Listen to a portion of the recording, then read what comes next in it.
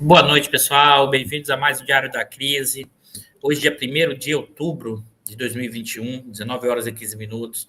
Hoje a gente tem um grande prazer aqui de receber o Norberto Martins, professor também do Instituto de Economia. Já esteve aqui no Diário, está voltando para a gente discutir um trabalho que ele acabou de concluir, que eu acho fundamental para entender a conjuntura atual. Boa noite, Norberto. Boa noite, Dudu. É sempre um prazer estar aqui contigo. Já tinha um tempinho, né, que não passava por aqui, mas estou sempre acompanhando aí e tudo. A gente bota aqui no YouTube, na TV, sexta-feira à noite, sempre está contigo aqui também. Obrigado. E fala para a gente também, Norberto, que de quinta-feira você também está aqui no canal do Instituto. Comenta aí para a gente também, toda quinta, o programa que você tem. Ah, sim. Pessoal, sempre aproveito aqui quando eu venho com o Dudu para fazer também uma propaganda, né? Eu coordeno aqui no Instituto de Economia um projeto chamado Observatório do Sistema Financeiro, e desde o final do ano passado, início do ano, o Dudu e o Bicalho me persuadiram, não, tem que ter uma discussão do sistema financeiro e tudo também no canal. E a gente montou desde o início do ano, né, o Sistema Financeiro em Debate. A gente vai para o 16º programa agora. Não tem o fôlego do Dudu de fazer toda semana, a gente faz quinzenalmente. E tem assim, sido uma ótima oportunidade para discutir temas relevantes de sistema financeiro, trazer pessoas legais. A gente já trouxe o Ilan Goldstein, ex-presidente do Banco Central, mas também trouxe o pessoal do lado de cá, Denise Gentil, para falar sobre endividamento das famílias e financiarização, professora Carmen Feijó, da UF, enfim. Né, a gente tem feito aí um cardápio focado em sistema financeiro, né, e no próximo programa, semana que vem, a gente vai falar sobre a crise na China agora, né? Convidando o professor Leonardo Bunlamack da UERJ. Então, fica aí o convite para todos que estão assistindo a gente também para acompanhar lá semana que vem. E quem não viu ainda, que tiver curiosidade, assistir os anteriores. Obrigado, Dudu. E é isso, Norberto. Dá uma boa noite aqui para o pessoal que está chegando, que já está aqui. Eu estou vendo aqui o João Roberto, o Capitão Caverna, de Londrina. Estou vendo aqui também aqui o Bruno Constanzo, o João Roberto Lopes, o Alfredo Muniz, o João Roberto, que é também um professor da Ciência Política da Unirio, que está aqui também assistindo com a gente, o Alfredo Muniz, o Cláudio, de Sergipe, o pessoal que está sempre aqui com a gente, a Ana Mello está aqui também. Agora o áudio melhorou, né? A Ana deu um toque aqui, eu botei um fone de ouvido, não dá para ouvir por causa dos cabelos, mas eu botei um fone de ouvido aqui para melhorar o áudio aqui, o microfone. Mas é isso, pessoal. Eu acho que o Rossi Alves mandando boa noite. Eu acho que tem um ponto, o grande Leimar, que está sempre na área, viu?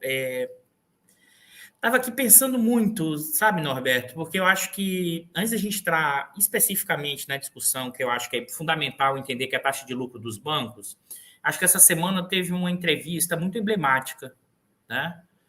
Que tem a ver com o sistema bancário, né? O sócio majoritário do Itaúsa, que é um dos principais controladores do Banco Itaú, né? Deu uma entrevista muito emblemática. Primeiro, reforçando a lógica, a ideia que é assim, o Bolsonaro, né, e as reformas andaram dado o que era possível, ou seja, tem uma defesa do Bolsonaro nesse sentido. Né?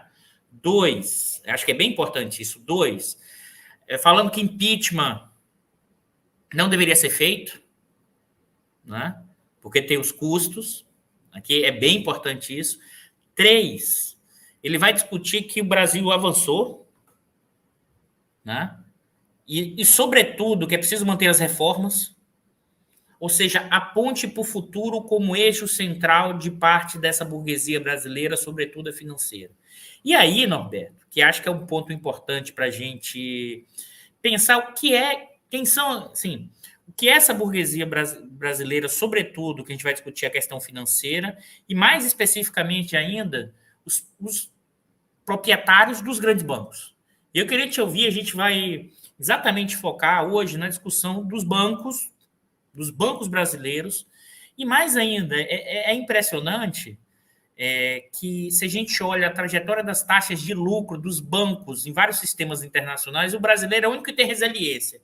Tem crise, tem pandemia, tem desaceleração, mas as taxas de lucro... Tem até queda da taxa de juros recentemente, mas as taxas de juros com queda, mas os lucros dos bancos brasileiros, esse então, né, não cai nunca. Ou se cai, permanece no nível bastante elevado. Cai um pouquinho, exatamente. Mas eu queria te ouvir, Norberto, porque um pouco do que eu acabei de resumir um pouco do que a gente vai ver ao longo de todo o programa, mas eu queria primeiro focar no seguinte ponto, né?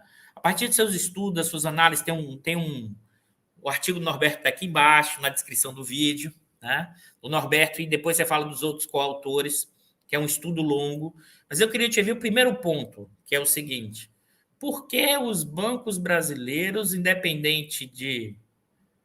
Até antes, eu vou voltar, Norberto, não vou falar agora dos bancos, não. Eu quero que você me explique primeiro quais são as fontes, né, de receita e de lucro dos bancos. Né? Vamos fazer um pouquinho antes para quem está nos assistindo aqui e quem não é economista ou quem não está acostumado com a compreensão do sistema financeiro. Quem quiser avançar a sistema financeiro e debate com o Norberto, mas explica para a gente quais são as formas como o banco ganha dinheiro ou tem sua receita. Vamos lá, Dudu. Eu acho que para a gente começar pensar, né, a gente associa muito uma visão convencional dos bancos, às vezes na academia, que não corresponde à visão que as pessoas têm na realidade das instituições financeiras e de como elas se relacionam com as instituições financeiras. Né? Quando a gente fala de um banco, a primeira coisa que a gente pensa é no empréstimo. Né? Bom, o banco vai ganhar dinheiro emprestando para outras pessoas, ele vai lá avaliar se aquele cara é um bom pagador, se não é um bom pagador, e vai emprestar recursos que ele captou de terceiros, os depósitos à vista que a gente tem lá nas instituições financeiras e tudo mais. Não é bem assim na prática. Né? Muito mais complexo, é um mundo de coisas muito grande. Para simplificar aqui numa primeira exposição, a gente, em geral, divide onde os bancos ganham dinheiro em duas partes principais. Uma dessas partes é o que a gente chama contabilmente, desculpa pelo conceito contábil, mas é porque facilita quando a gente olha os dados, depois vocês vão entender por quê, é o que a gente chama de resultado de intermediação financeira. E o que é intermediação financeira? É muita coisa. Tá? Bom, se o banco empresta recursos, faz uma operação de crédito, quando ele recebe pagamento, ele recebe uma taxa de juros, ele vai ganhar dinheiro dessa forma. Quando um banco está gerindo recursos de terceiros, então, vocês, possivelmente, quem tem conta em banco já viu lá investimentos, a parte de investimentos. Aí tem lá os fundos de investimentos que você pode aplicar os seus recursos. Os bancos ganham dinheiro também fazendo o gerenciamento desses recursos por meio dos fundos de investimento. Os bancos, às vezes, ganham dinheiro, no passado mais, hoje em dia é um pouco diferente isso, mas no passado, quando você queria comprar, por exemplo, um título do Tesouro Direto, um título público federal, você tinha um ganho de corretagem. Né? Então, as instituições financeiras ganhavam muito dinheiro fazendo essa intermediação entre o consumidor, o cliente final, e o mercado de ativos. O mercado de ativos tem uma série de particularidades como funciona. A instituição financeira estava ali para auxiliar esse processo, e para isso ela cobrava uma taxa. Vai ganhar dinheiro vendendo seguro, vai ganhar dinheiro em várias frentes possíveis. Além disso, e muito importante, né, para a gente aqui, o banco também tem operações que a gente chama de proprietária, é uma mesa de tesouraria, mas é o quê? É o banco aplicando os recursos, principalmente os recursos dele, mas também os recursos que ele capta dos outros. Então, vai estar lá, todo mundo já ouviu aqui falar um pouco do rentismo, né, no Brasil, das altas taxas de juros, que os bancos ganhavam muito dinheiro porque as taxas de juros eram muito altas, e eles só investiam em títulos federais e tudo, em títulos públicos, e só com isso conseguiam alcançar uma rentabilidade boa. Isso tudo via tesouraria, via, né, esses recursos que o banco captava, os recursos próprios do banco, que eles iam lá e aplicavam. Vai ter uma série de profissionais envolvidos nisso, lá a partir da mesa de tesouraria. Então, Ô, Norberto, pode falar, Dudu. deixa eu te perguntar uma coisa aí para quem está nos assistindo também, para os não economistas. você apresentou o seguinte, as várias formas de intermediação financeira, que tem a ver com o quê? O quanto o banco pega o dinheiro de alguém, pega no sentido assim, recebe um depósito, um investimento, alguém vai lá e coloca o dinheiro na conta, faz investimento. Ele utiliza esse dinheiro, por exemplo, para emprestar uma parte. Então, esse seria uma... E essa diferença em o que ele empresta e o que ele paga, por exemplo, seria uma forma de intermediação. Mas não só. Você também falou outra, que é a questão do gerenciamento. Não é isso? São várias as formas. Na verdade, são várias atividades, a gente coloca tudo, né? Se coloca, a gente, não, porque não fui eu que inventei isso, mas se coloca tudo isso dentro desse conceito contábil de intermediação, mas não é exatamente intermediação que a gente está querendo dizer, né? Isso é até importante esclarecimento, assim, uma vez lá no programa a gente estava falando disso, ainda lá, há uns 2, 3 meses atrás, a gente ainda não tinha produzido o estudo, mas a gente já tinha começado a fazer, e a gente fez um programa sobre isso. Até teve um comentário falando, mas os professores estão falando só de intermediação financeira, isso é uma coisa do século passado, o que é isso? Não, na verdade, gente, essa ideia de que o banco capta recursos para poder emprestar, não é bem assim que funciona na prática. Tá? O banco ele vai gerenciar ali um conjunto de ativos, um conjunto de aplicações. Essa aplicação ela pode ser feita na tesouraria, ela pode ser um empréstimo, né? E o que vai determinar se um banco concede um empréstimo ou não? Se ele acha que a pessoa vai pagar o empréstimo de volta, né? Ou se ele acha que vai valer a pena o custo ali daquele empréstimo, por exemplo, numa operação pré-aprovada como cheque especial. Acho que, bom, não, todo mundo aqui alguma vez na vida já entrou no cheque especial ali, sabe que é um dinheiro que vem fácil, mas também que custa muito, né? E para o banco ele vai sempre ponderar essas coisas. Mas, a todo momento, qual que é a questão? A todo momento o banco vai estar ali tentando ganhar dinheiro de alguma forma. Tentando ganhar dinheiro investindo em ativos, tentando ganhar dinheiro fornecendo empréstimos, tentando ganhar dinheiro vendendo seguros, fazendo corretagem, administrando recursos de terceiros e por aí vai. Tá? E a todo momento, simultaneamente, o banco vai ter um esforço de conseguir captar recursos que permitam ele ganhar, que permitam ele obter uma margem. E vale como em qualquer lugar, né? Se a gente pegar um exemplo normal, né? Você vai no mercado, o cara compra uma mercadoria, bota uma margenzinha em cima e vai te vender o produto a um preço. Obviamente, os serviços, os produtos que um sistema financeiro vai oferecer são muito diferentes do mercado normal, mas a lógica não é tão diferente. Eles vão tentar captar dinheiro em mercado, de certa forma, e botar uma margem em cima disso para gerar resultados, gerar lucros. E o que a gente mostra no estudo, principalmente, é que faça chuva, faça sol, os bancos brasileiros têm conseguido ir muito bem, obrigado, independentemente do que acontece na economia, independentemente do nível da taxa de juros. Ô Norberto, deixa eu fazer só um comentário que é importante. Por exemplo, o Guto aqui fez uma pergunta, mas eu vou fazer o seguinte, pessoal. A ideia é que a gente... Guto, depois você faz a pergunta mais para o final, e a ideia é a gente vai abrir uma sessão de perguntas depois, dúvidas e questões, mais no final, para que a gente não perca perder as perguntas ao longo do programa, tá? Então, Guto, guarda aí essa pergunta, depois você volta e pergunta no final, e a ideia é que a gente vai responder essas questões mais no final. Agora, e aí, Norberto, um ponto que me chama a atenção é o seguinte, contabilmente tem essa separação entre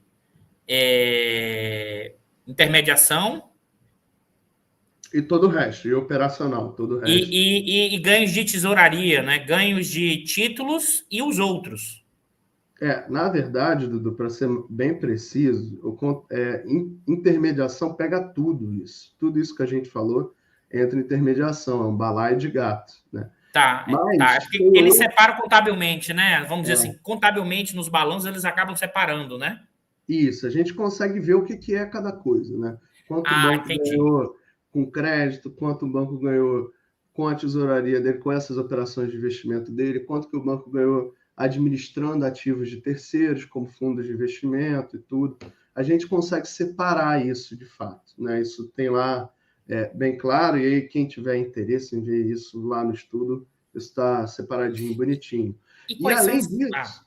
Desculpa, e além Não, disso, tem toda a parte operacional, né? Que aí, essa operacional a gente está mais do que acostumado. São as taxas e tarifas que os bancos cobram da gente, daquele pacote. Todo mundo, né, já teve que fazer uma TED, um DOC para alguém transferir um dinheiro e ver lá a tarifa. Então, todo mundo já vê descontado no mês ali um pacote de tarifas e serviços. Na verdade, é um conjunto, né, de receitas com tarifas e serviços, especificamente que as instituições cobram, né, dos seus clientes, que também é uma fonte de lucros relevante. Aí não muitas vezes a gente acha, não, isso não deve ser nada demais. Não, é uma fonte de dinheiro muito relevante para essas instituições também. E é isso que a gente discute também no trabalho, assim, em que medida que isso pode mudar nos próximos anos, em que medida isso vem mudando e que isso pode mudar nos próximos anos. Ô, Norberto, e aí, eu acho que isso que você falou, inclusive, eu fiquei aqui matutando. Claro que você não vai lembrar aqui exatamente quais, mas entre esses elementos de receita, quais são os principais tipos de atividade, se você tiver isso, se não tiver também, mas por que eu estou perguntando isso? Porque eu sei que, por exemplo, a tesouraria já teve um papel maior em outros momentos do que tem hoje. Para quem não entende, qual é a tesouraria? O próprio banco comprando títulos da dívida pública e mantendo isso em tesouraria, não é isso, Norberto? Para ganhar os juros em cima desses valores. Isso já teve um papel muito grande ao longo dos anos 90 e também 2000, né, Norberto? Então, assim, por causa dos juros muito mais elevados. O que, assim, se você lembrar de alguns, não precisa os dados, mas as principais fontes, porque eu acho que isso tem a ver com que acho que é curiosidade de vocês, que é o seguinte, por que mesmo com essa queda dos juros ou outros elementos, por que os bancos têm essa resistência enorme o tempo inteiro, independente do crescimento, inclusive agora mais recentemente, com redução dos juros, dos títulos da dívida? Vamos... Tem dois comentários para fazer sobre isso. Um é mais histórico, mas eu vou primeiro responder a sua pergunta objetivamente, e depois a gente vai lá para a questão mais histórica, que eu acho legal, para a galera ter um pouco na cabeça, né? Quando a gente fala que os bancos brasileiros lucram muito e tudo, mas indo objetivamente no seu ponto, se a gente pegar aí o ano de... Eu vou aproximar aqui os dados, tá? Vou pegar o ano de 2019, que é um dado mais redondo. Os bancos tiveram de receitas, disso que eu chamei de intermediação financeira, esse balaio de gato, 700 bilhões, mais ou menos. Tá? 700 bilhões de reais. Disso, 450 são crédito. São dinheiro que os bancos ganharam com crédito. E 220 bilhões com títulos e valores imobiliários. Tá? Mais ou menos essa a proporção. Assim. O crédito é o dobro das operações de tesouraria com títulos e valores imobiliários, mas esses dois conjuntos de operações são o grosso do lucro, das receitas, desculpa, dos bancos nesse segmento. E aí, como você disse, sempre foi assim? Não necessariamente. No passado isso já foi diferente, né? Quem for mais velho aqui um pouco e vai lembrar da época da alta inflação, nessa época os bancos ganhavam muito dinheiro com essas aplicações em títulos e valores imobiliários e pouco com crédito. Né? O que eles faziam? Eles pegavam, e todo mundo já ouviu essa palavra, né? Aplicavam no overnight, aplicavam em operações do dia para a noite, para que os recursos, né, fossem valorizando, não fossem perdendo valor para a inflação. Então, essa era a principal fonte de receita de várias instituições ali, e até é interessante ver que quando acabou o período inflacionário, muitos bancos aqui no Brasil quebraram, porque essa que era a principal fonte de receita evaporou do dia para a noite. Né? E aí você passou por um processo de reestruturação bancária ali em 94, 95, até 93 já começou esse movimento, e que foi muito relevante. Mas isso é legal ver historicamente, assim, que o que eu disse, que faça chuva, faça sol, os bancos estão lucrando muito, isso vale há umas boas décadas aqui no Brasil. Né? Tudo bem, a gente sempre tem a imagem do banqueiro, de realmente ser banqueiro deve dar dinheiro, né? Sempre teve historicamente disso. né? Ô, Norberto, deixa eu te fazer um comentário. Eu estava te chamando de bicalho, tá vendo, Norberto?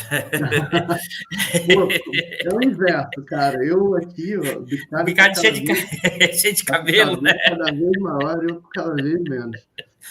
Mas eu queria puxar esse ponto, até antes da gente continuar para entrar no presente, grande Norberto, que é o seguinte: você estava exatamente demarcando há muito tempo, mas é muito característico, e acho que você que estuda isso, e a gente também já tem olhado, como a própria inflação alta foi um elemento importante nesse mecanismo institucional que os bancos criaram para ganhar dinheiro, como primeiro movimento, se a gente pensar ali, o embrião desse processo de aumento do poder dos grandes bancos brasileiros, criando um tipo de financiarização no Brasil, que é diferente do resto do mundo. Aí, se você não concordar, pode mandar ver, mas que os bancos têm um papel muito forte no caso da nossa dinâmica de financiarização. Os bancos tradicionais, que isso não é uma característica, inclusive, da financiarização, da financiarização no mundo. Eu queria te ouvir um pouco dessa coisa do embrião dos 80 com a hiperinflação e depois um pouco das mudanças institucionais dos 90 e como eles garantiram essa lucratividade. Eu sei que não está nesse textinho curto aqui, mas está no estudo maior. Depois eu coloco aqui o link no texto Não, na de discussão do verdade, Instituto de Economia.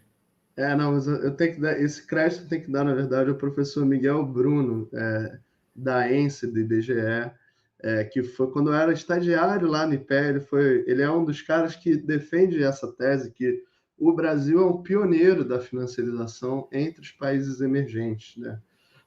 Muitas vezes a gente ouve falar disso nos países centrais como um fenômeno ali pós-década de 80 e tudo, e nos países emergentes uma coisa dos anos 2000. Miguel Bruno fala que não, na verdade, aqui no Brasil, desde os anos 70, 80, você já tinha essa financiarização justamente via essas aplicações de overnight das instituições financeiras. O que acontecia, na verdade, era que, bom, a parcela da população mais rica que tinha acesso, né, a uma instituição financeira, e, assim, lembrando que hoje em dia a gente pensa, todo mundo tem conta, todo mundo tem algum tipo de coisa, mas no passado isso estava longe de ser verdade. No início dos anos 2000 isso estava longe de ser verdade.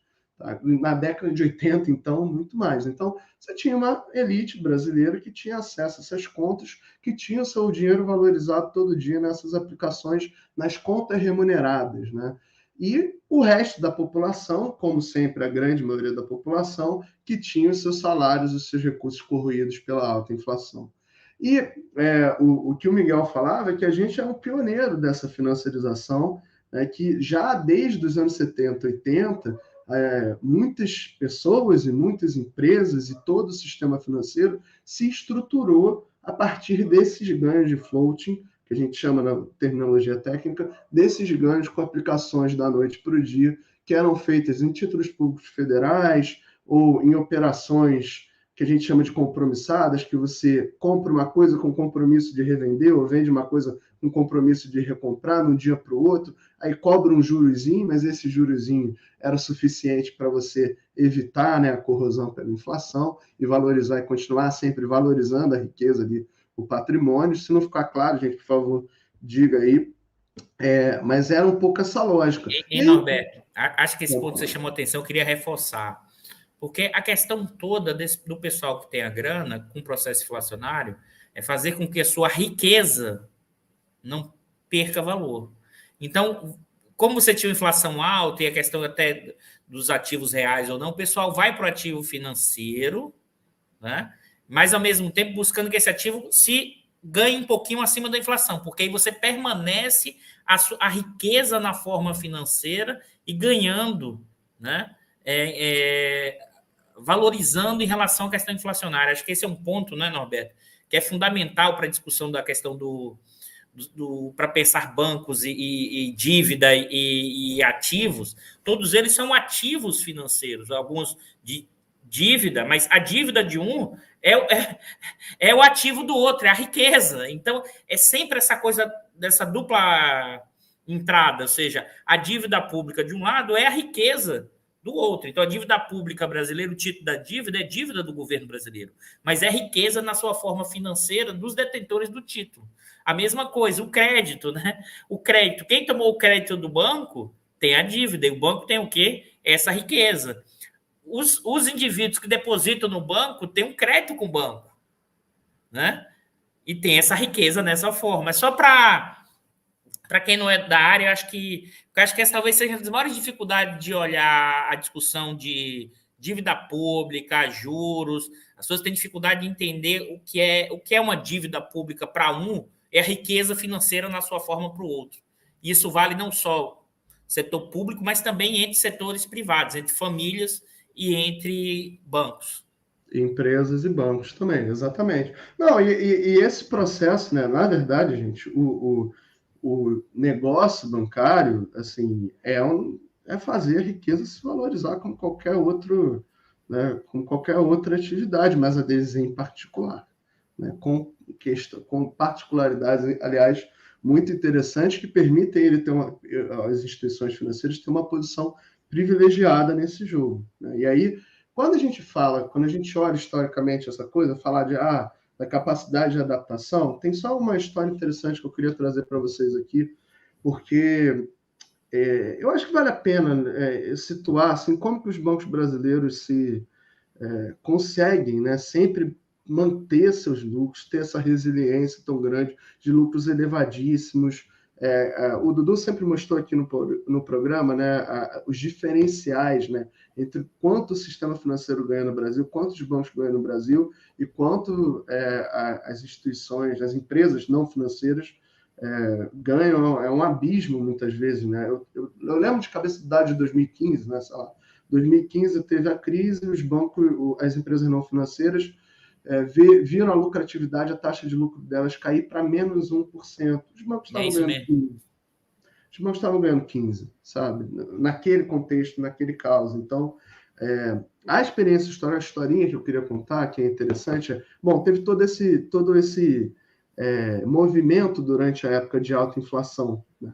E aí, na hora que parou isso, lá em 94, com o Plano Real, estabilização ainda que incompleta, de certa forma, você teve uma reestruturação muito grande e que casou com o projeto, né, do governo brasileiro de abertura financeira, e o que fizeram foi abrir o sistema financeiro brasileiro para que grandes instituições internacionais viessem atuar aqui.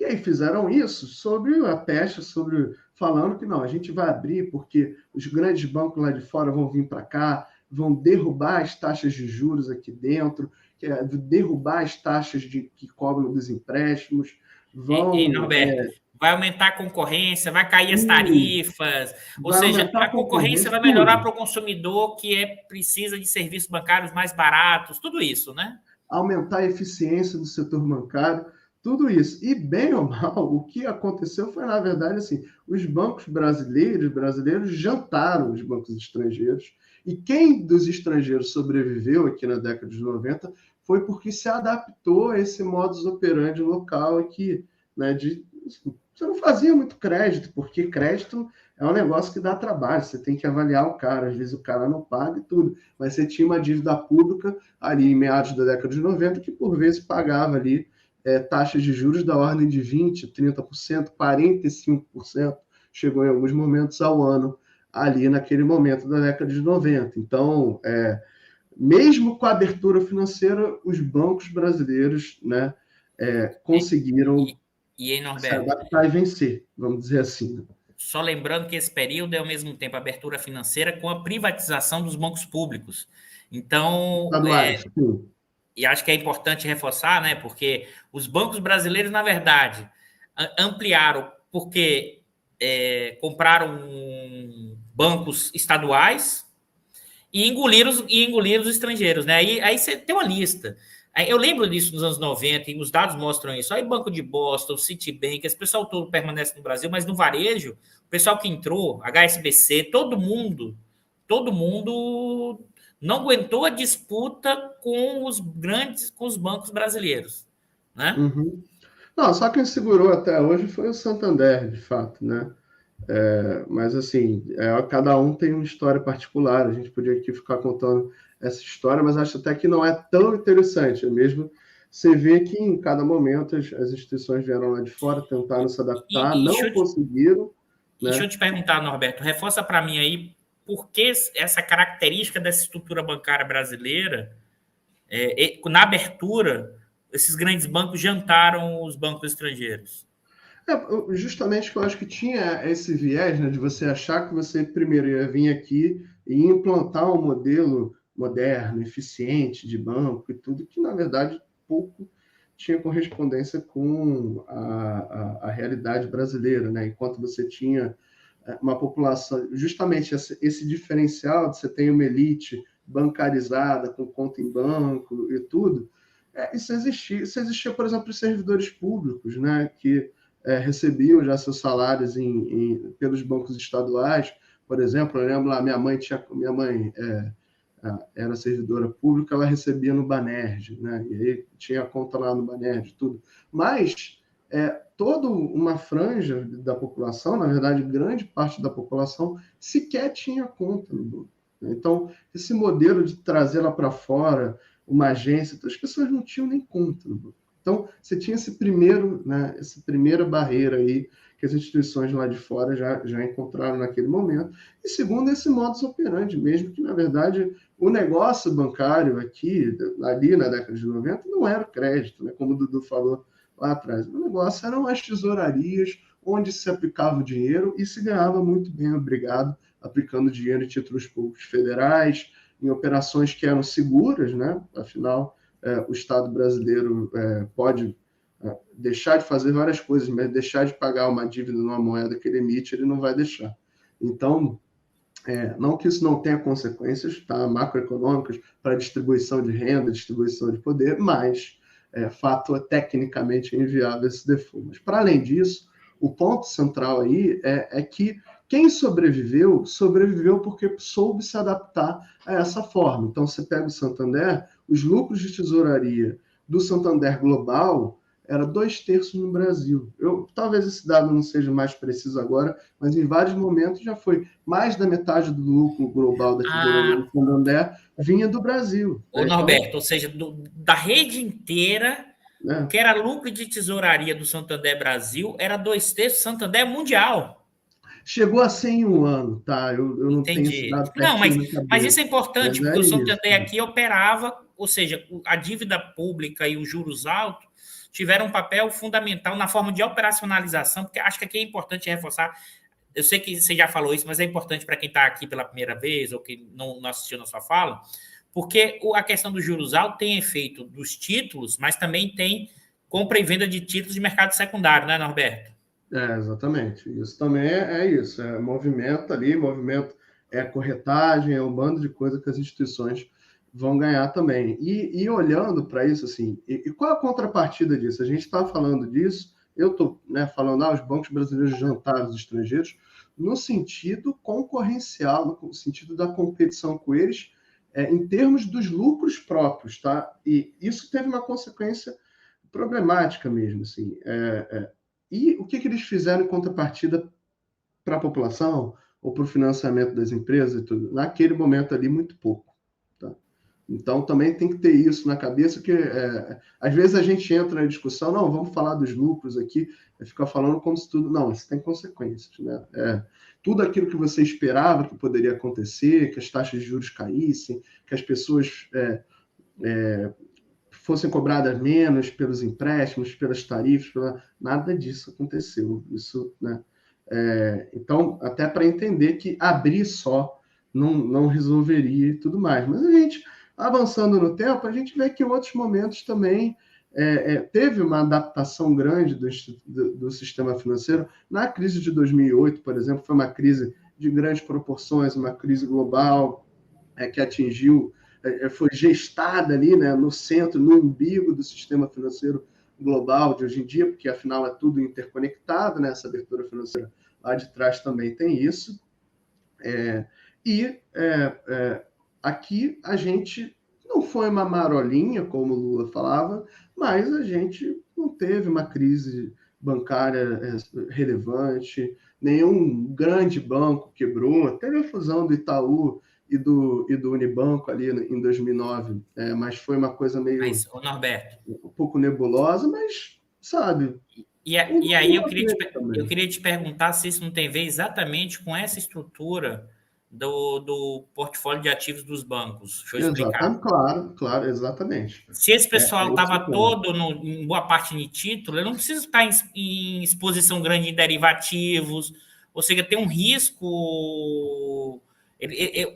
Como eu consigo a rentabilidade significativa no risco mais baixo, eu não fico tão exposto, que é uma característica da financiarização em outros países em que o banco não tem esse poder tão grande como tem no caso brasileiro, dado que é a dinâmica de financiarização do capitalismo atual desde os anos 90.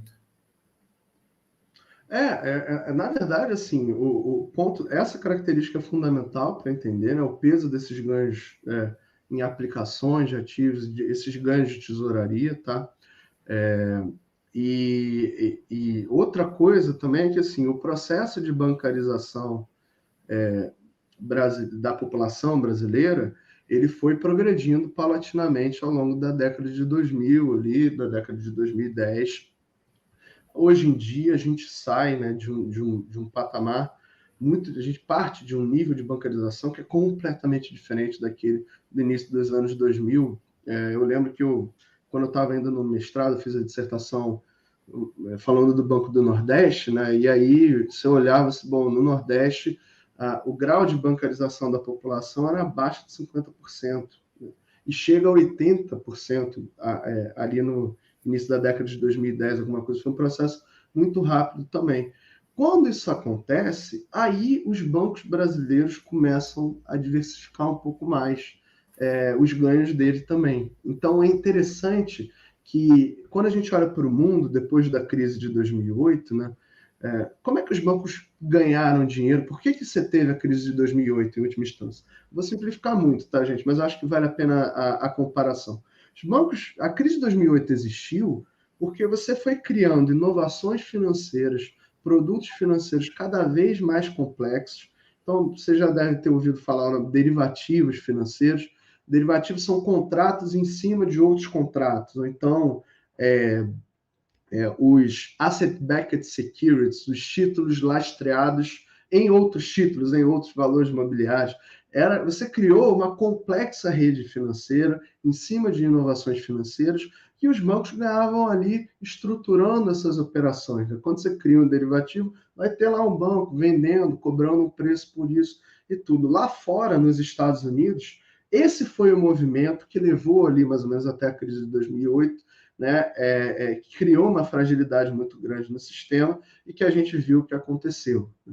E aqui no Brasil, por outro lado, a gente não tinha nada disso, porque não precisava. Né? Você teve ali problemas pontuais com derivativos de taxa de câmbio da Sadia, da E Aracruz, Dara todo Cruz, mundo ouviu isso. essa história, todo mundo ouviu essa história, mas assim, foi relevante, tá? Mas, mais do que isso, onde é que os bancos ganhavam dinheiro aqui antes da crise de 2008? Ganhavam dinheiro aplicando em dívida pública, tá? Ganhavam dinheiro concedendo empréstimos a essa população bancarizada. Então, o crédito Consignado, né, Norberto? crédito consignado ali em 2004, né? Eu lembro sempre do ministro do Trabalho, na época, acho que era o Luiz Marinho, se não me falha a memória, falando, né? A ideia do crédito consignado é uma ideia do Ministério do Trabalho, né? Ali eles gestaram uma operação que para o banco é show, o banco desconta na folha de pagamento, a chance do cara não pagar isso é quase zero, né? A gente viu que não é quase zero, porque, por exemplo, aqui no estado do Rio de Janeiro, o estado do Rio de Janeiro deixou de pagar as pessoas não tinham como pagar o crédito consignado, mas é outra história. E esse crédito foi. Os ganhos com empréstimos, de fato, começaram a ser um pouco mais relevantes dentro dessa carteira e tudo. Então, se a gente pegar os dados, a gente tem bases de dados que vão desde lá de trás, né? A gente consegue ver esses movimentos, a diversificação, o peso maior de outras coisas, e tudo vai passando, né? Tudo vai avançando também. Então, Vocês vão lembrar lá em 2013, a gente está fazendo um arco histórico aqui, né? Vocês vão lembrar lá de 2013, a guerra dos spreads lá da Dilma, falando que aqui no Brasil os spreads são muito altos das operações de crédito, eu vou botar a Caixa, o Banco do Brasil, para reduzir os spreads. Norberto, só um comentário, porque é interessante aqui, essa discussão da Dilma, mas essa discussão, inclusive, de uma boa parte dos economistas heterodoxos e ortodoxos, spread alto e taxa de juros alta. Então, todo esse debate que muda, em certa medida a gente vai chegar mais para perto, mas só para lembrar que esse é um debate permanente, porque os spreads são tão altos e o risco de crédito no Brasil não é tão alto quanto os países equivalentes com spread bem menor, né? Porque a desculpa do dono do banco é sempre o risco de crédito no Brasil mais alto. Mas se você faz análise comparativa, não bate esse argumento dos banqueiros, né? Não, de fato, não é esse o ponto todo. E aí tem vários estudos que vão tentar explicar isso de várias formas possíveis, né? O mais básico, eu acho que mais inteligível para todo mundo é, bom, se eu tenho uma taxa de juros básica, né, que é a taxa Selic, que é uma taxa que vai remunerar operações de um dia ali, enfim, a gente acha que na outra live, a gente até falou um pouco disso, como é que era formada a taxa de juros no Brasil e tal, mas a taxa Selic é uma taxa média de operações que são feitas todo dia com duração de um dia, tá? Isso que forma a taxa Selic. São essas operações compromissadas que eu falei. Um fala que compra com a promessa de revender depois, o outro fala que vende com a promessa de recomprar depois. Eles pactuam uma taxa, a média ponderada dessas taxas da taxa Selic. O Banco Central atua nesse mercado para fazer com que a Selic fique na meta que ele define a cada reunião do Comitê de Política Monetária.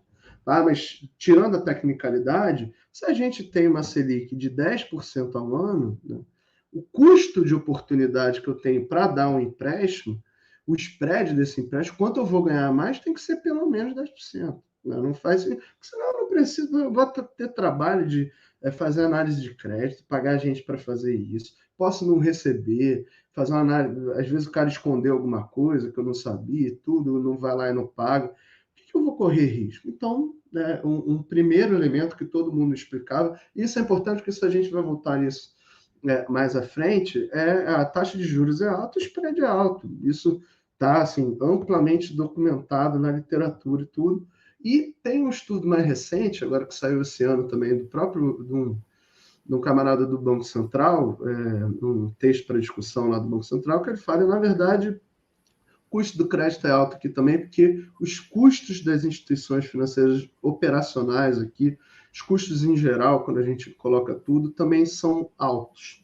Mas isso já é um resultado novo, isso é uma coisa que na literatura não está tão bem estabelecida, mas é uma coisa que acho que é uma reflexão interessante. A gente pensar, bom, se a gente associa, né, uma taxa de juros, um custo de oportunidade alto, e, vamos dizer assim, um custo operacional alto, de modo geral, e isso envolve impostos, envolve tudo, pode ser realmente que, para o mesmo nível de risco de crédito, a gente acaba aqui no Brasil cobrando mais do que outras instituições lá fora, do que nossos pares, quando você pega a América Latina, isso está muito claro. Aí, aqui na casa, né, o professor Luiz Fernando de Paula já fez vários estudos nessa área, orientou várias dissertações, tese nessa área, um pouco constatando isso. Só que isso coloca uma pulga atrás da orelha de todo mundo. Então, beleza. Então, se a taxa de juros cai, o quanto os bancos cobram dos empréstimos vai cair também. Então, eles vão ganhar menos, o lucro deles vai se reduzir.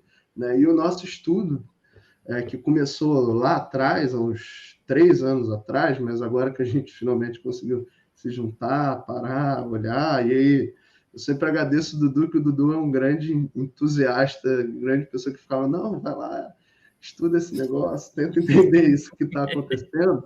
E até eu esqueci de falar antes, né? Até para falar, né? É um estudo coletivo, eu participei, o Luiz Macaíba, que hoje faz o doutorado dele aqui no programa de pós-graduação em Estratégia de Desenvolvimento de Políticas Públicas, o PEPED, né?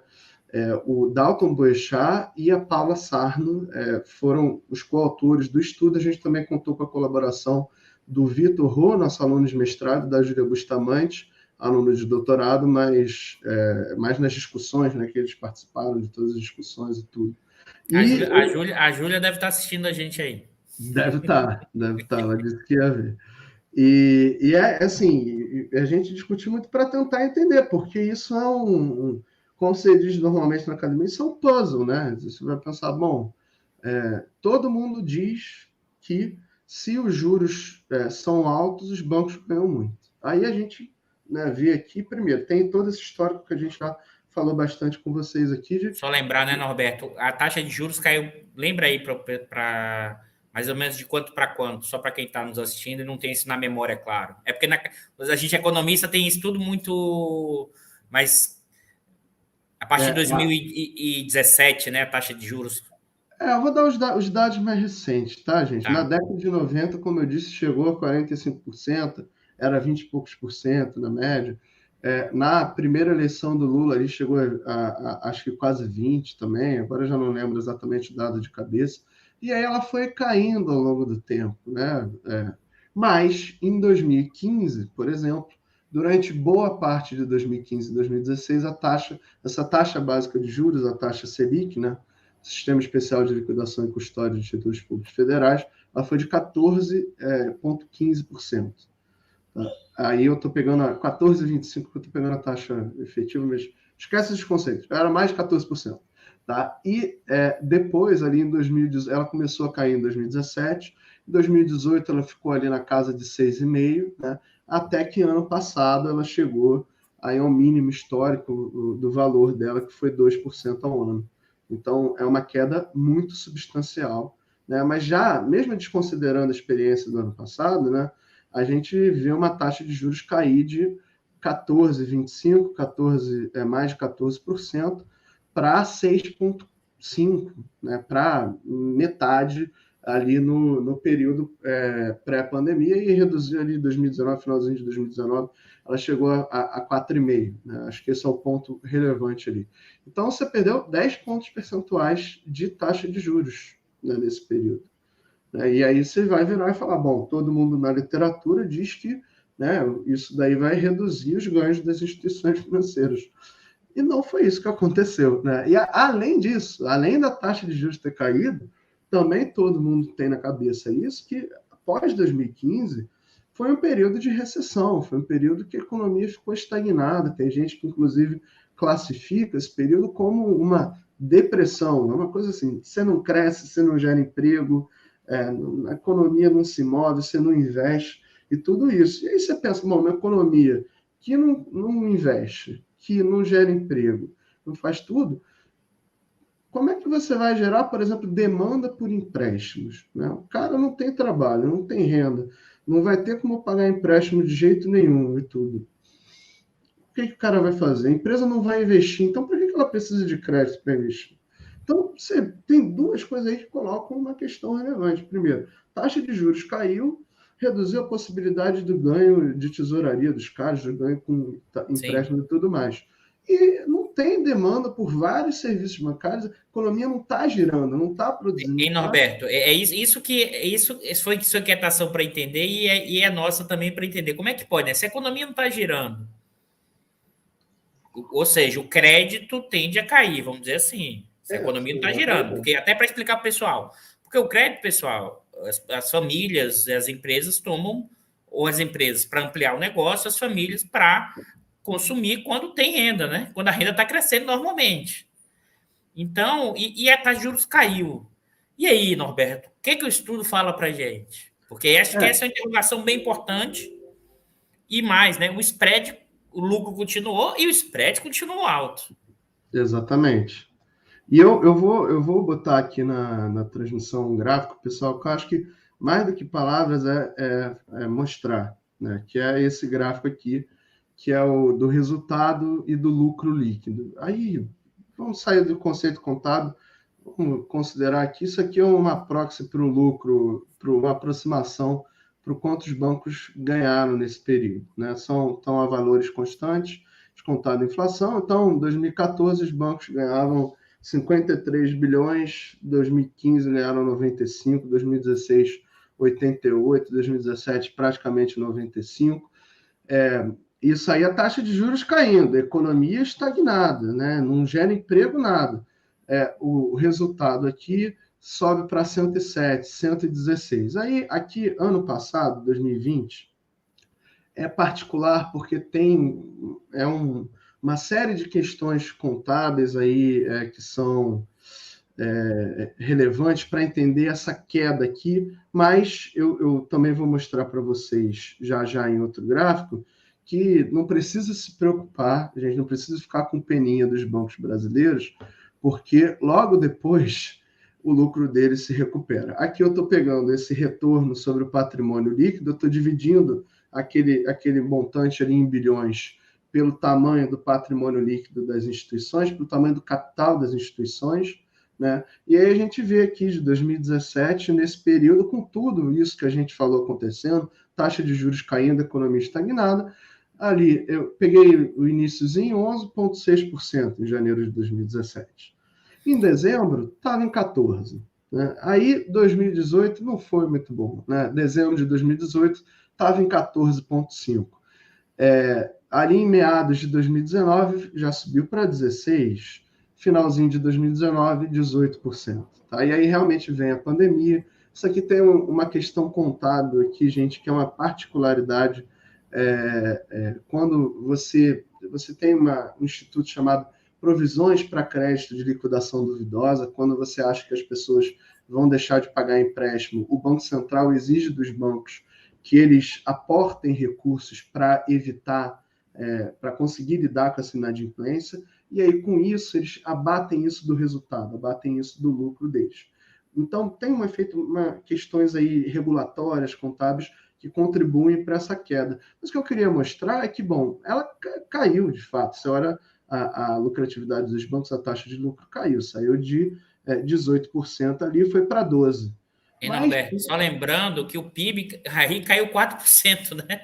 o PIB O PIB caiu caiu. 4% e eles continuaram com taxa de lucro um mínimo de 12% do seu patrimônio. Isso é uma taxa de lucro muito significativa. Exatamente, mas não precisa se preocupar, gente, porque o último dado aqui, de junho de 2021, ela já está em 15 de novo, já está acima da média dos últimos anos novamente. Então, os bancos brasileiros, mais uma vez, eu repito a máxima, faça chuva, E só faça lembrando, né, sol, Norberto? muito bem, obrigado. Só lembrando que aí, então, só uma dúvida. Essa amostra, que são o setor bancário, são todos os bancos? Como é que você no estudo?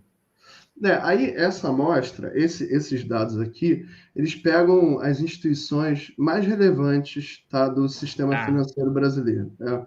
A gente chama de consolidado bancário 1, consolidado bancário 2, mas assim, isso para simplificar muito, são os bancos múltiplos e comerciais, mas é o que a gente está acostumado. Se a gente pegar os 6 maiores, a gente pegar o Banco do Brasil, Caixa, Itaú, Bradesco, Santander e BTG Pactual, só isso já dá 80% do mercado. Isso, Tá? não, é isso que eu ia te falar, né? Que esse valor, que você quer ver, volta aí, esse valor de 80 e tantos bilhões de lucro, 80% disso aí está concentrado em 6 bancos, né? Esses Acho que é valores aqui, importante né? ressaltar isso. Exatamente. Não, isso é super concentrado, tá, gente? Boa parte disso são essas instituições mesmo, e o ponto todo é que é muito concentrado mesmo, e quando a gente fala dessa rentabilidade, esse dado aqui para a gente, assim, quando a gente escreveu o trabalho, esse dado ainda não estava atualizado, a gente inclusive não botou o ano de 2021, em parte por causa disso, mas aí dei sorte aqui dessa Você semana. lembra que a gente tinha comentado, Norberto, que os balanços do primeiro e segundo trimestre estavam meio que bombando para o setor financeiro e também para o setor produtivo, as grandes empresas? Não, exatamente. E aí, né? E aí tinha questões muito relevantes assim da gente ainda não entender ainda o que os efeitos mesmo contábeis da coisa. E aí, infelizmente, gente, uma limitação que a gente tem aqui, a gente observa os dados que a gente tem, são esses dados que são contábeis, e aí tem uma particularidade como você conta isso, como é que faz, mas a gente já sinalizava, acho que desde o segundo semestre do ano passado, que, olha, a lucratividade pode ter caído por enquanto, mas já já ela vai voltar, né? E não à toa o resultado está aí. Às vezes a gente quebra a cara, mas nesse caso não era um chute, era uma hipótese com um elevado grau de segurança e o dado já está mostrando um pouco isso. Vocês falaram assim, dos grandes bancos, né? Isso para dar uma noção para vocês do que é. Aí a gente trabalhou um outro dado, porque para o trabalho fazer sentido, né? Mas só para mostrar. Outra coisa que é interessante ver, né? Ao longo desse período, né? Quem ganhou e quem perdeu, vamos dizer assim, nessa coisa da taxa de lucro entre as grandes instituições. Aqui estão as seis maiores, tá? Eles compõem o que o Banco Central chama de segmento número 1, são as grandes instituições, as instituições grandes demais para falir, as instituições sistemicamente importantes, chamem como vocês quiserem, mas nesse movimento, né, o que aconteceu ali em 2020? O Banco do Brasil, por exemplo, que teve a rentabilidade, caiu muito, né, a taxa de lucro caiu significativamente, pela metade. A Caixa, a mesma coisa. O Bradesco, já nem tanto. O Itaú caiu um pouquinho, de fato, de 9,2 para 7,5. O Santander de 10,3 para 9,6. Agora, o BTG Pactual, inclusive, né? Aliás, é impressionante que esses caras conseguiram ganhar dinheiro no governo Bolsonaro, mas eu deixo essa discussão para outra live. Isso é bem impressionante. Em 2018 era 5,6, foi para 9,8, ano passado ganharam 10,9. Norberto, eles dobraram a taxa de lucro em 2 anos. Isso é impressionante, pessoal. Dobrar a taxa de lucro em 2 anos.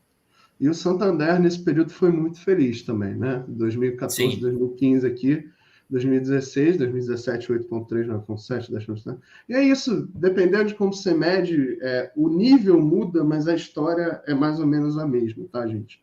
Não é muito diferente uma coisa da outra, não. Tá? Mas acho que, assim, essa é a caracterização geral. E aí, o que a gente fez no nosso trabalho? O que a gente Norberto, avançou? só um comentário.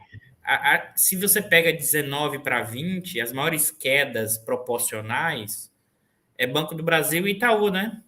E Caixa, né, que sai de 22 para 12. Isso. Mas assim, tirando os bancos, Itaú. na verdade, eu vou fazer o seguinte coisa. Tirando os bancos públicos, quem teve a maior queda proporcional é o Itaú.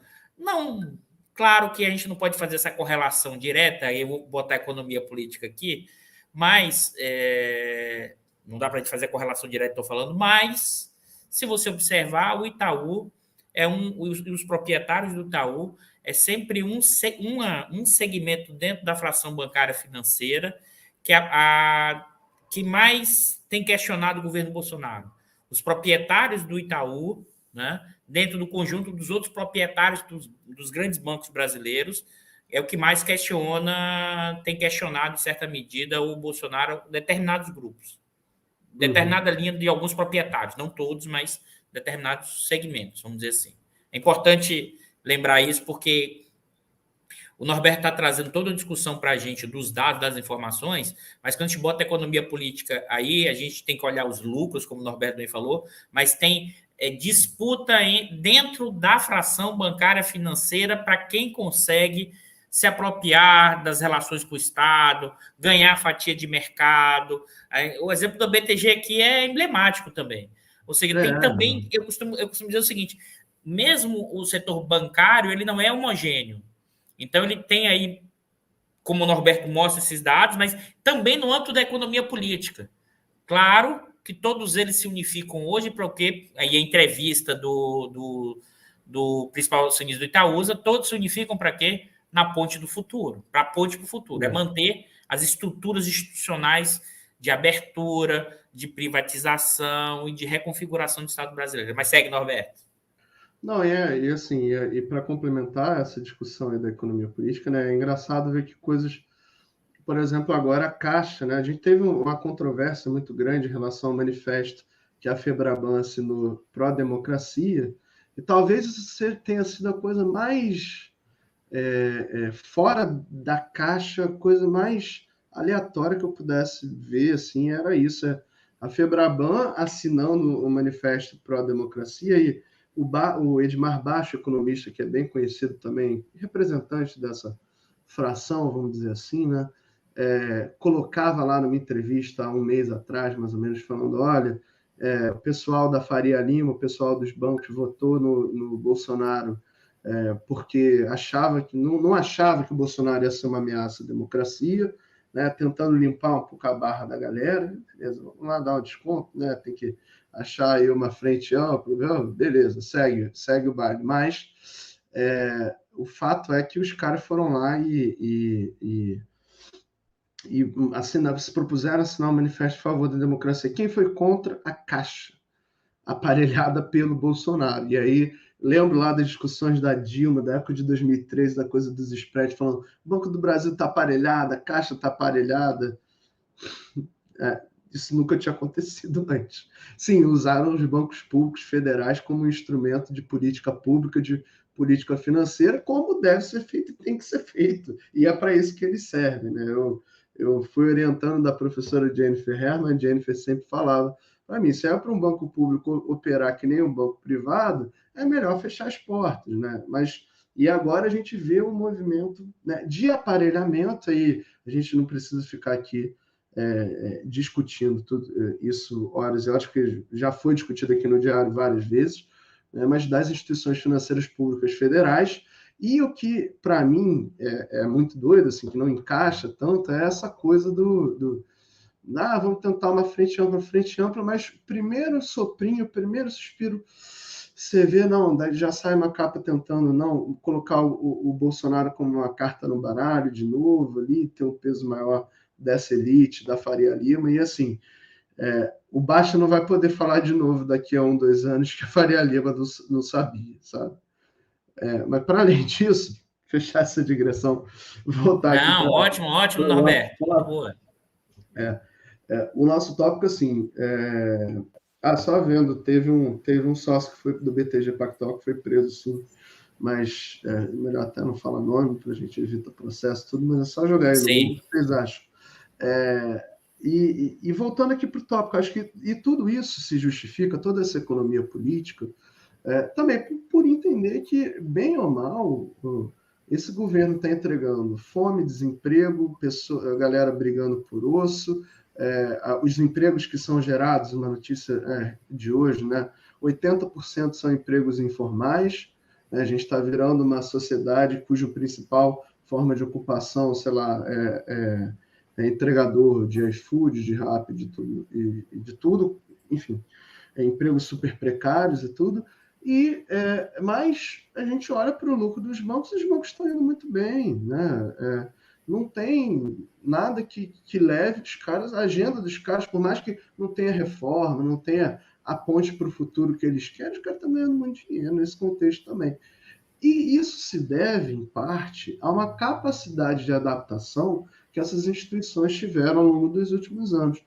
Então, a taxa de juros caiu. Eu vou aqui mostrar algumas... Pode falar, Dudu. Deixa eu te perguntar, uma adaptação, mas ao mesmo tempo também um poder de mercado muito concentrado, né, Norberto? Claro. A capacidade de adaptação responde a isso, tá? Responde a esse peso que essas grandes instituições têm ali. E aí, eu poderia ficar aqui horas falando de várias coisas diferentes. Eu vou trazer alguns dados específicos só para mostrar para vocês. O que os bancos fizeram para ganhar dinheiro quando a taxa de juros estava caindo?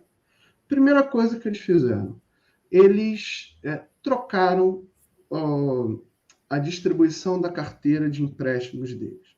Eles deixaram de emprestar a empresas e passaram cada vez mais a emprestar a pessoas físicas, às famílias. Tá? E você vai, mas qual que é a lógica disso? A lógica disso é essa aqui, tá? Para quem não está vendo, a linhazinha vermelha é o quanto você cobra de crédito das famílias, tá? O indicador do custo do crédito é quando não é spread aqui, tá, gente? É a taxa de aplicação que a gente chama, quanto que as famílias são cobradas, e as empresas era uma taxa de 15%, né?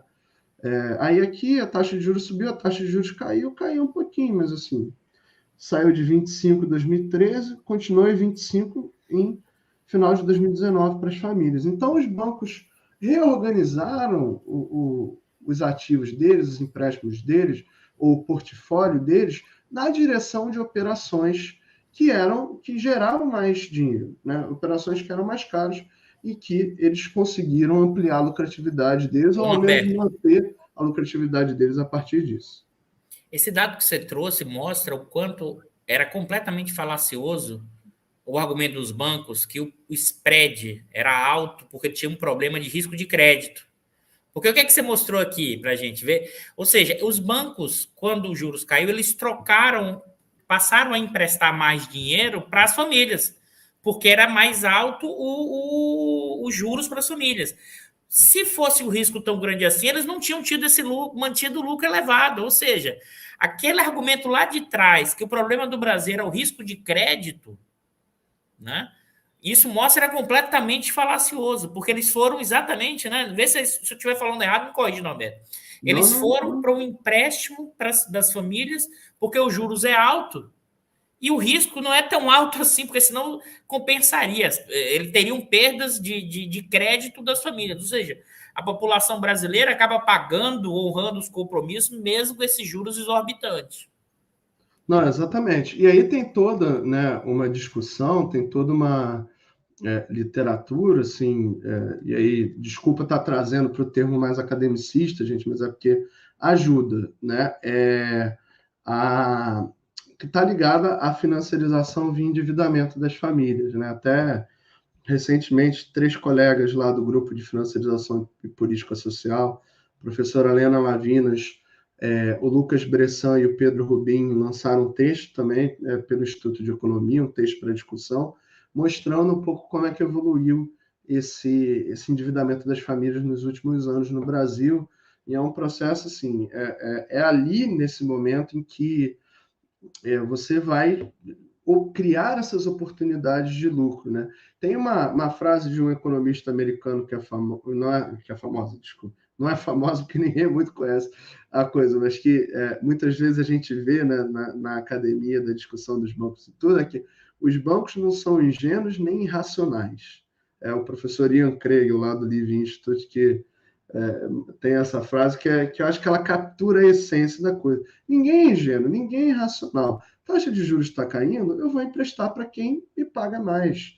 Obviamente, eu não sou instituição de caridade, banco, né? Eu não vou dar dinheiro para qualquer um, mas eu vou buscar, por meio, né, do meu portfólio, conseguir rentabilizar cada vez mais sempre. E por que não fez isso antes? Porque antes não precisava, né? Porque antes tinha outras fontes ali, você tinha taxa de lucro, como a gente está mostrando aqui, super elevada, né?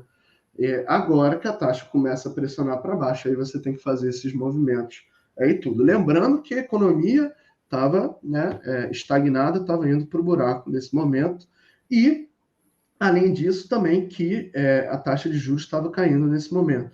E o que eu tinha anotado algumas coisas aqui, né, só para mostrar. O dado de pessoa jurídica que a gente tem, crédito à pessoa jurídica, ele sai de 27% do PIB em 2014 e cai para 19% em 2019. Né? O crédito à pessoa física, ele sai de 23% e sobe para 26%. Tá? E aí, parte desse efeito pessoa jurídica, eu não estou pegando aqui um dado que a gente usou no trabalho, estou pegando um outro dado mais atual, só para a gente ter os dados de 2021. Se a gente tira o que foi esse movimento da pessoa jurídica? A redução da atividade econômica, né, e a desmonte do BNDES. Tá? No dado do trabalho que a gente usa, o BNDES está fora, então não tem esse efeito, mas a gente não precisa se preocupar com isso. Mas nesse dado que eu trouxe hoje tem. E aí você desmonta o banco de desenvolvimento, né? E aí o crédito à pessoa jurídica cai na mesma hora. Só para a gente ter a noção, taxa de juros média, né? 15%, a taxa de juros de 15% para as empresas, pessoa jurídica, taxa de juros caiu para o mínimo histórico, ela foi a 12%. Né? Para a pessoa física, era 25%, taxa de juros caiu para o mínimo histórico, ela foi a 22%. Então, assim, ou seja, né, Norberto, olha o tamanho do spreads, cai para a menor taxa de juros históricas, os juros para a pessoa física, 21%. E além disso, né, e além disso, tem toda uma complexidade por trás desse processo em relação a para onde esse dinheiro está indo, para que tipo de empréstimo que você está fazendo, que linha de crédito que você está oferecendo.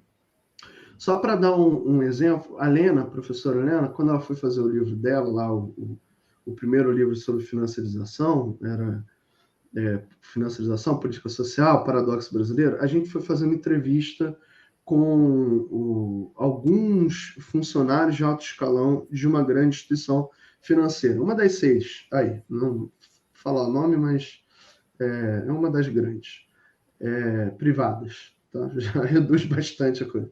E aí, o que os caras estavam falando? Olha, no meio da crise, o que a gente está fazendo? Qual que é a nossa estratégia? Nossa estratégia é, primeiro, pegar o cara que tem cheque especial, juros de cartão de crédito, que é 300% ao ano esse negócio, a gente está fazendo? A gente não quer que esse cara não pague. A gente quer que esse cara pague o crédito. Então, a gente está reestruturando essas operações, fazendo uma operação de crédito pessoal, trocava coisa com juros elevadíssimo, não estamos falando da média aqui de 25%, estamos falando de 50%, 60% ao ano. Tá? Isso daí elevadíssimo e tal, mas aí o cara consegue pagar. Né? O cara não fica tão asfixiado. Realmente, pagar 60% é melhor. É melhor do que pagar 300% ao ano de juros, sem dúvida. Né? Sendo que 60 é escorchante, né? Imagina 300. Exatamente. Mas é melhor, é melhor. E para o banco, Claro. pagar alguma parcela é melhor do que pagar nenhuma. Então, eles fizeram, né, esse tipo de operação. Outra coisa que os caras apostaram no crédito consignado, que também risco de inadimplência próximo de zero, baixíssimo. E tudo isso, né, foi criando esse movimento aí para permitir que os bancos mantivessem um elevado lucro nesse período a despeito da condição macroeconômica, a despeito da queda da taxa de juros. Além disso, tem um último pontinho, uma coisa mais técnica, né? Vários desses empréstimos têm taxas de juros pré-fixadas. Mais da metade dos empréstimos tem taxas de juros que são pactuadas com as pessoas na hora que é tomado crédito, né? E isso faz com que, no momento de redução de taxa de juros, você demore a cair a taxa média do estoque, né? Você ainda tem, a não ser que o cara renegocie, mas aí até o cara ir lá na agência renegociar e tudo, já passou um tempo. Então, não é automático. Quando a taxa cai, ela não cai automaticamente para o cliente na ponta, né? Às vezes pode cair mais rápido, às vezes pode cair mais devagar, mas isso é um efeito, vamos dizer assim, um pouco de inércia que é importante para entender também isso. E por que eu estou falando isso, Dudu? Não sei se você tem mais algum ponto nisso, porque eu vou passar para fechar o balão dessa coisa da intermediação, e até vi que alguém colocou aqui a coisa das fintechs e tudo, eu quero também falar um pouco sobre isso rapidamente, mais para frente. Mas, por outro lado, do ponto de vista, a gente fala de contabilidade, né? Tem o ativo, onde o banco aplica o dinheiro, e tem o passivo, as obrigações financeiras que o banco tem, os depósitos à vista, as operações CDBs, né, os certificados de depósito bancário, e por aí vai. No lado do passivo, a maior parte das operações, né, o banco capta dinheiro a taxas de juros pós-fixadas e, além de ser taxas de juros pós-fixadas, são captações que têm um perfil de curto prazo, de prazos curtíssimos mesmo, né? Muitas vezes até de um dia. Então, quando a taxa de juros baixa, o que o banco paga pelos recursos que ele capta vai quase que automaticamente acompanhar a Selic. Tá? Então, esse também foi um jeito que as instituições conseguiram para abrir margem. Então, o custo de captação deles caiu mais rápido. Né? Agora entendi, Norberto. Você não, deixa eu... É que eu estava aqui matutando sobre isso também, até para quem está nos assistindo, assim, isso é bem interessante. Ou seja, quando a taxa de juros caiu, o quanto o banco está captando recurso, essa captação, ou seja, o custo para o banco, caiu na velocidade maior do que ele passou isso para o consumidor, ou seja, a receita dele do empréstimo. Exatamente. Isso acontece, tá, gente? Assim, isso acontece também quando a taxa de juros sobe, como no atual momento. Só que quando a taxa de juros sobe, o impacto na ponta da linha de crédito automático, praticamente, né? Sim. E nesse caso, o custo de captação, assim, A gente poderia dizer, né, Norberto? A gente poderia dizer o seguinte: em estruturas de mercado que são oligopolizadas, como estrutura bancária, quando os preços caem, o repasse disso é sempre menor do que quando o preço sobe. Isso vale para os bancos, isso vale para outros setores, em estruturas econômicas altamente concentradas, para a gente quebrar o mito que é o mercado da concorrência perfeita ou da feira livre, né? Ou seja, é, não. Quando os preços caem, os repasses não vão ser iguais, porque essas empresas têm um poder de mercado para dizer o seguinte: não, eu não vou repassar todo na ponta. Então, aumenta a lucratividade dos bancos nessa situação. Isso é bem interessante, Norberto. trazendo para o nosso dia a dia, né? Nem tanto no nosso dia a dia, porque a pandemia ainda está aí, a gente não pode dar mole, mas cerveja, outro dia, depois de muito tempo, agora que eu já estou com as 2 doses de vacina, fui tomar uma cerveja, né? Cerveja no bar, tá R$ 10 a garrafa de cerveja. Se o custo da cerveja cair do dia para a noite, eu duvido que no bar a cerveja vai voltar a ser menos de R$ 10, né? Nunca vi isso na minha vida, tá? Então, né, traçando um mal paralelo, com as instituições financeiras é mais ou menos a mesma coisa nessa parte do crédito, né? O professor Luiz Fernando de Paula tem um livro, professor aqui da casa, do Instituto, né? Que a gente até pega uma citação do livro dele sobre o sistema financeiro, um livro de 2014, que ele fala: mais que receber passivamente recursos do público, os bancos vão tentar interferir ativamente nas escolhas e vão ajustar rapidamente os custos de captação deles, né? E aí, realmente, quando a gente olha nos últimos anos, a queda de taxa de juros prejudicou os ganhos de tesouraria das instituições financeiras.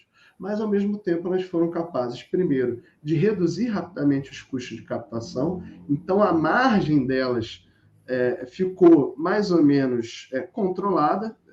Se o Bicário... acho que eu consigo colocar aqui também, né? Quiser colocar o gráfico aí, a margem é esse laranjinha aqui, tá, gente? Você controla isso rapidamente, né? A margem está aqui, ó, vocês estão vendo, ela está estabilíssima, próxima a 10%.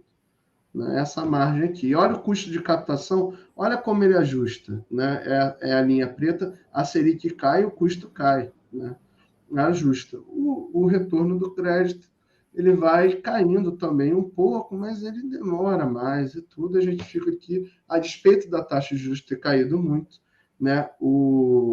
A margem se mantém ao longo desse tempo. A margem mostra uma resiliência muito grande dos bancos brasileiros nesse momento. Tá? E aí, Dudu, eu não sei se eu posso passar para o último tópico, até para a gente abrir aí para o pessoal e Sim, tal. sim, pode ser, Norberto. E tem outra coisa nesse balaio aí, que aí a gente já vai parar de falar de intermediação, vai falar do operacional, né? Aqui são as receitas de tarifas e serviços do setor bancário. Que interessante ver aqui, né? Num primeiro momento, como é que os bancos responderam à crise ali de 2015? Aumentando as receitas, aumentando o custo para o consumidor, das tarifas, aumentando os custos para o consumidor dos serviços que ele fazia. Né? Aumenta absurdamente, 60% crescimento real anual de um ano para o outro. Né? Aí lá no trabalho tem os dados bonitinhos, todos mais granulares, a gente faz outras comparações. Aqui eu quis só trazer isso até para a gente ver que, sim, ao longo do tempo, os bancos também conseguiram usar essa estratégia de diversificação de receitas, cobrando mais por serviços, cobrando mais por tarifas. Só que a gente tem um movimento interessante nos últimos anos, que é dado basicamente pelas... e aí o último dado que eu ia mostrar é esse de custo operacional, tá? Que caiu também ao longo do tempo. Mas o último ponto que eu queria trazer é que nos últimos anos a gente também teve um movimento diferente, que é a entrada, né, de novas instituições no mercado, algumas que se autodenominam bancos digitais, que não são bancos, tá? Mas as fintechs, as chamadas empresas que adotam inovações tecnológicas, financeiras. É difícil definir exatamente o que é isso. Tem várias formas de olhar para isso, do lado jurídico, do lado econômico, enfim.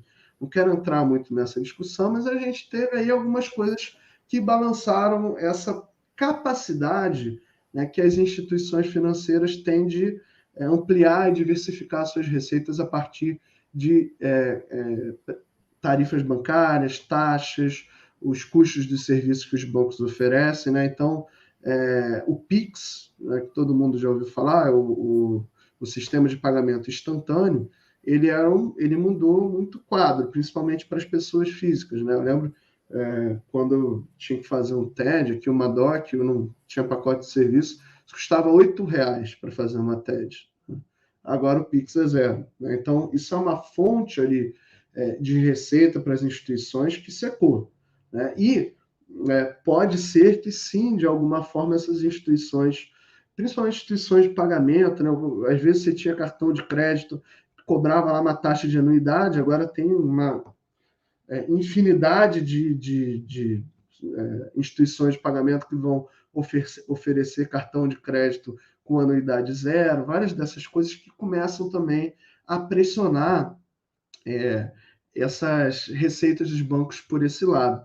E eu lembro sempre daquele meme, só para ilustrar isso, como isso pode vir a ser relevante, e a gente produziu um estudo gêmeo desse que a gente publicou da taxa de lucro, é um estudo sobre fintechs e o impacto das fintechs do ponto de vista concorrencial sobre o sistema financeiro brasileiro.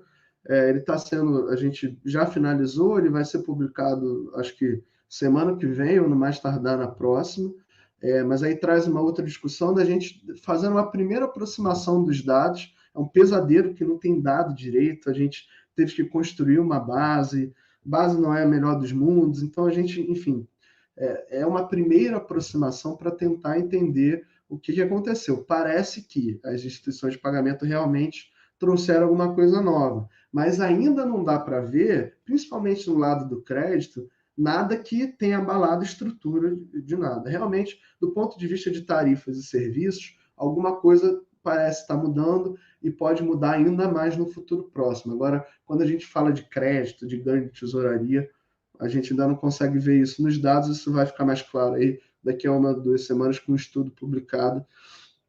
A gente vai possivelmente falar um pouco disso lá no Sistema Financeiro em Debate também, até no próximo vai ser sobre a China, depois a gente recebe o pessoal do Banco Central para falar sobre o real. Tá passando aqui embaixo. É isso.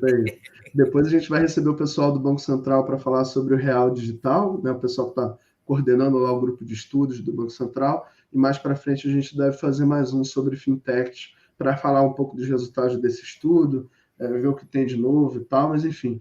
Mas eu lembro sempre do meme, aquele meme do Alô Galvão, sentiu? Né? Quando na semana passada saiu um estudo do Instituto de Defesa do Consumidor, do IDEC, falando que durante a pandemia os grandes bancos brasileiros aumentaram as tarifas acima da inflação. Ou seja, um pacote de serviços que era... Essa estratégia ela continua sendo perseguida, mas a chance de sucesso é cada vez maior. Cada vez menor, desculpa.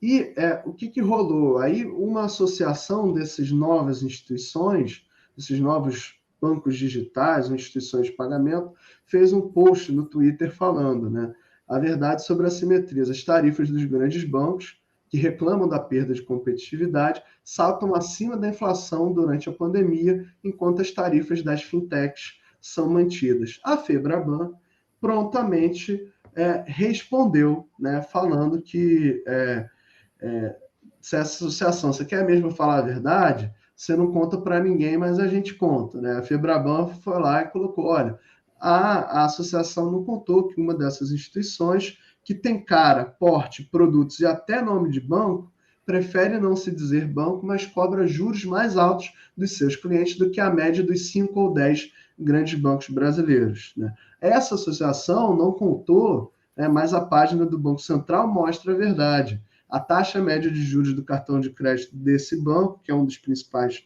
da associação, era maior do que dos 5 grandes brasileiros, né? No crédito pessoal não consignado, a taxa média cobrada por esse banco foi maior que dos 5 bancos brasileiros.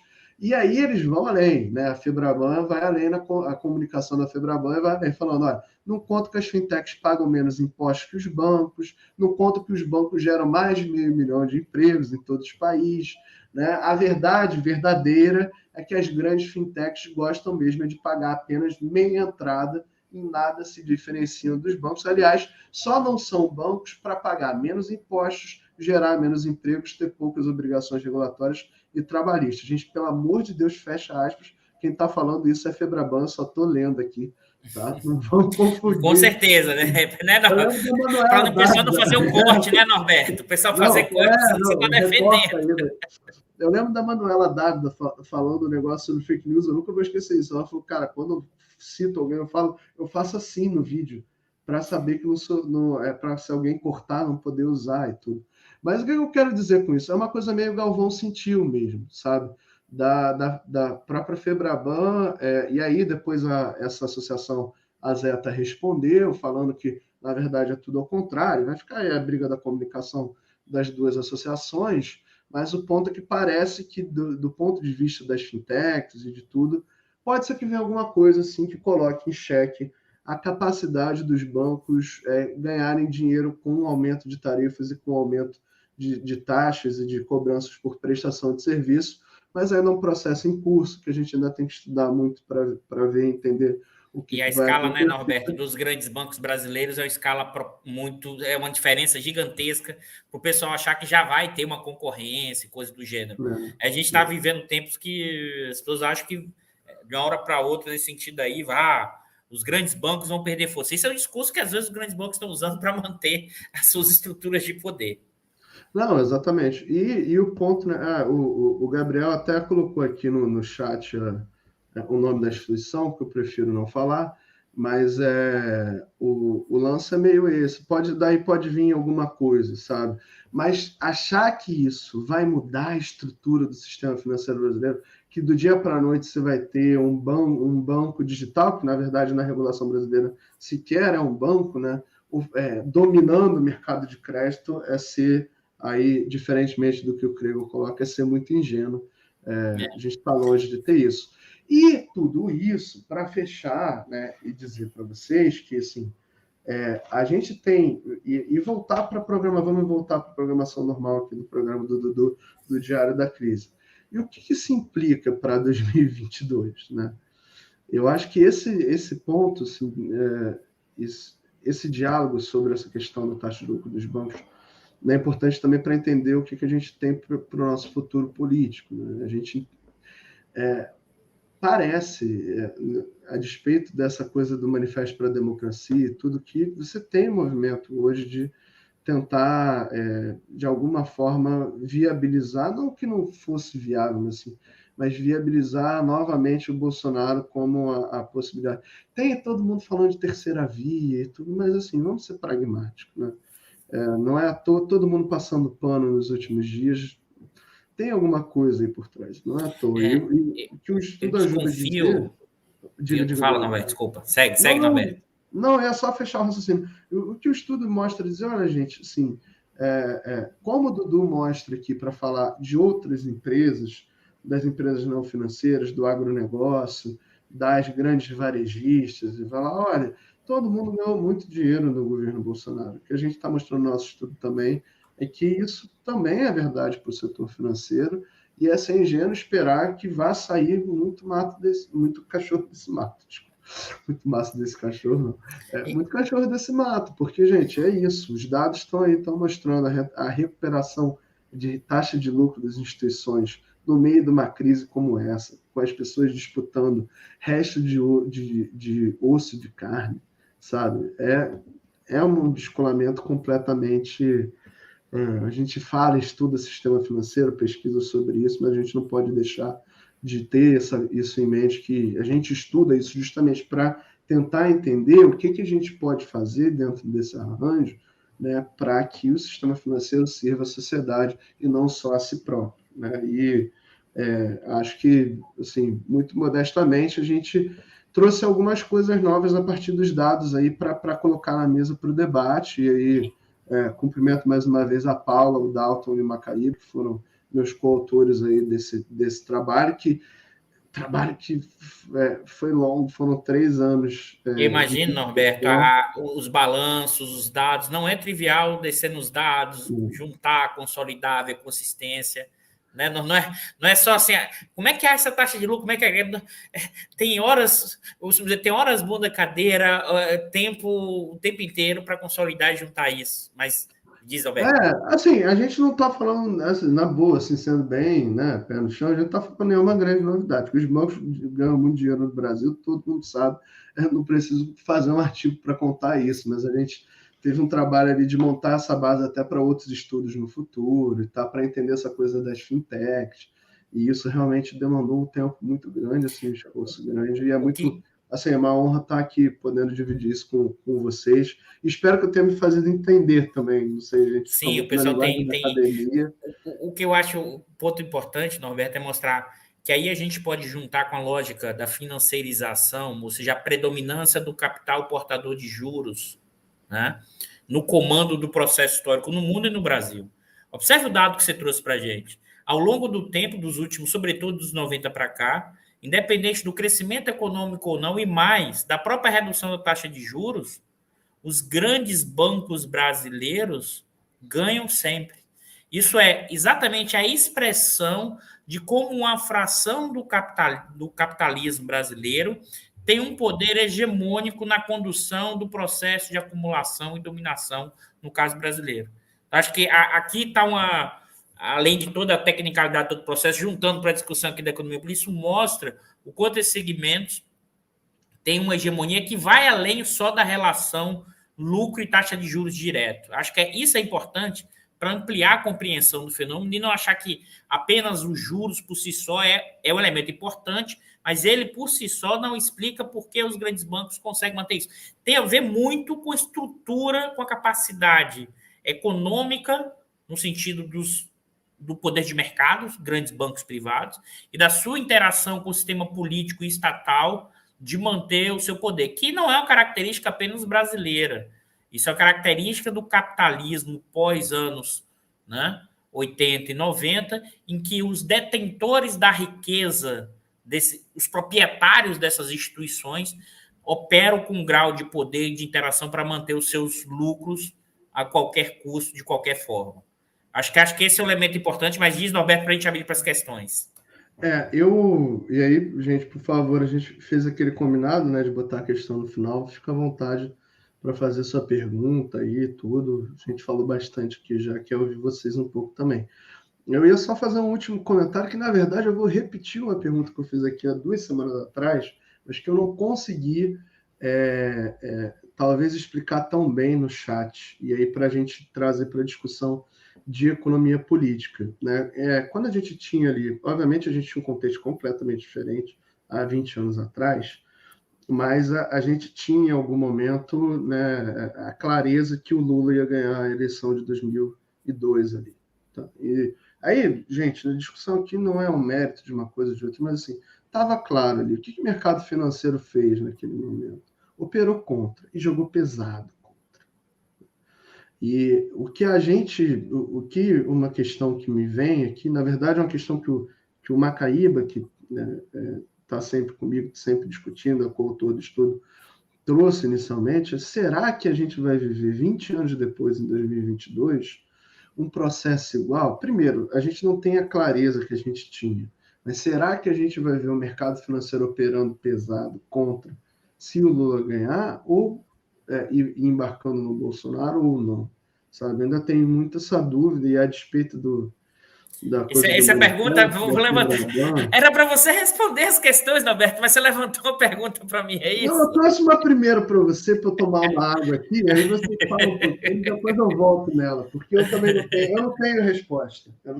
Eu tenho algumas hipóteses sobre isso, Norberto. Eu acho que primeiro ponto, eu acho que está na minha leitura, uma parte expressiva da burguesia, né, vai vendo a dificuldade de criar uma terceira via, e mesmo indo com Bolsonaro, a dificuldade de Bolsonaro se tornar um candidato viável para ganhar a eleição. Porque eu continuo com a minha hipótese. O Bolsonaro é um candidato viável para o primeiro turno. Depois disso tudo que a gente viu, pessoal, o Bolsonaro tem 20%. O Bolsonaro não caiu dos 20%. Mas assim, e aí, novamente, aí o pessoal fica esperando, não, o discurso da ONU que ele fez para o grupo dele, mas ele precisa manter os 20% dele, senão ele perde a viabilidade do primeiro turno. Agora, o que eu acho que está acontecendo entre os segmentos das frações burguesas, inclusive também das frações burguesas proprietárias de grandes bancos? Dado isso, como a gente vai operar? Eu acho que tem dois movimentos aí. Tá? Eu acho que que eu acho que é o mais central.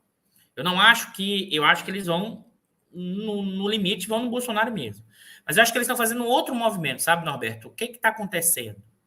Eles estão constitucionalizando o que é a ponte para o futuro. Ou seja, eles estão criando regramentos, procedimentos, privatizações aceleradas, né? Para o quê?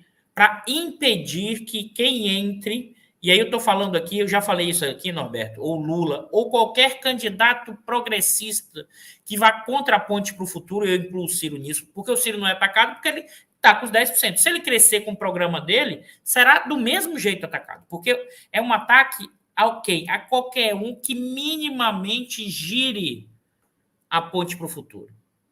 Eu não estou falando aqui de grandes transformações, eu estou dizendo assim, taxar o lucro de dividendos, investimento público, que significa mudar o regime fiscal, e mexer na política de preço da Petrobras. Essas três coisas, hoje, a burguesia se consolida. Então, é nesse sentido. Agora, o que é que você faz? Você vai constitucionalizando. E quando você está constitucionalizando, qualquer governante progressista vai precisar de 2/3 do Congresso para mudar. Então, sabe o que é pior de tudo, Norberto? Que aí é diferente de 2002 e 2003. Porque eles estão queimando os navios. Eles estão fazendo o que fizeram em 2016, que é o seguinte: vão para o impeachment, bagunça tudo e depois a gente ajusta. Então, o que eles vão fazer agora? Eu constitucionalizo, né, o que eu estou querendo, é como se fosse o Pinochet, como fez no Chile, como na Colômbia aconteceu nos anos 90, que é constitucionalização do neoliberalismo. É como se você conseguisse, no caso dos anos 90 no Brasil, pegar todas aquelas mudanças e transformar em PEC, em tudo que você possa imaginar. E aí você vai ter um governo que até mais. Para você conseguir ter alguma coisa fora disso, terá que ter 2/3 do Congresso ou uma mobilização popular que force o Congresso a girar. Eu acho isso vale para a grande burguesia, mas isso vale também para os proprietários do sistema bancário, e esses, então, com sua capacidade, acho que isso, e aí só um parênteses para a gente voltar para as questões, é fundamental a mobilização amanhã, né, que vai além da discussão do impeachment do Bolsonaro. Será um governo que qualquer progressista que ganhe, se não tiver mobilização, será completamente congelado, ou será. Aí não vai nem precisar fazer aquele ataque como em 2002 foi feito, Norberto, aquele ataque especulativo do pessoal mandando dinheiro para fora e o câmbio foi lá para cima, estourou tudo. Eles não necessariamente vão fazer isso porque eles estão amarrando o tempo inteiro e aí sim se unificarão contra quem for contra esse movimento. Eu acho que mais que isso, eu vou estressar a sua posição assim. Isso sequer precisa de uma carta ao povo brasileiro. A carta já está na carta, a carta de 88, está lá o teto de gastos, está lá. E, na verdade, é isso. E é por isso, mas aí, ao mesmo tempo, se você observar, do campo progressista, não vai fazer carta. Só que a carta não é na negociação. É você destrói a Constituição de 88, colocando no lugar uma Constituição completamente amarrada ao que está acontecendo. Mas deixa eu ver se tem algumas questões aí, Norberto. Eu vi uma, se eu não me engano, do Lu e a Jota. Ah, tá. Augusto, como funciona, deixa eu ler para você, Norberto, como funciona as questões dos impostos redirecionados para instituições financeiras que antecipam esses valores para o Estado como um deságio fabuloso? Você está falando aqui, Guto, de qual discussão especificamente? Eu não pesquei essa. São os créditos tributários, é isso? Isso aí é mais um nó. Eu acho que talvez seja, se puder. depois Deixa eu falar olhar isso. aqui. Tem toda uma discussão sobre créditos tributários, tá, gente? Que é uma discussão pesada. Quem está indo sobre isso é o Dalton, do nosso grupo, né? E a gente não incluiu, inclusive, nesse trabalho, porque quando a gente olhou, a gente viu e falou: a gente tem que dar um passo para trás para entender melhor isso aqui. O Guto trouxe duas questões muito boas. Se o Bicário puder botar a segunda também, né? A segunda não é, infelizmente, não é para te responder, tá, Guto? Mas é só porque as questões são boas. E essa aqui vai me lembrar da tese da Laura Beraldo, o Dudu.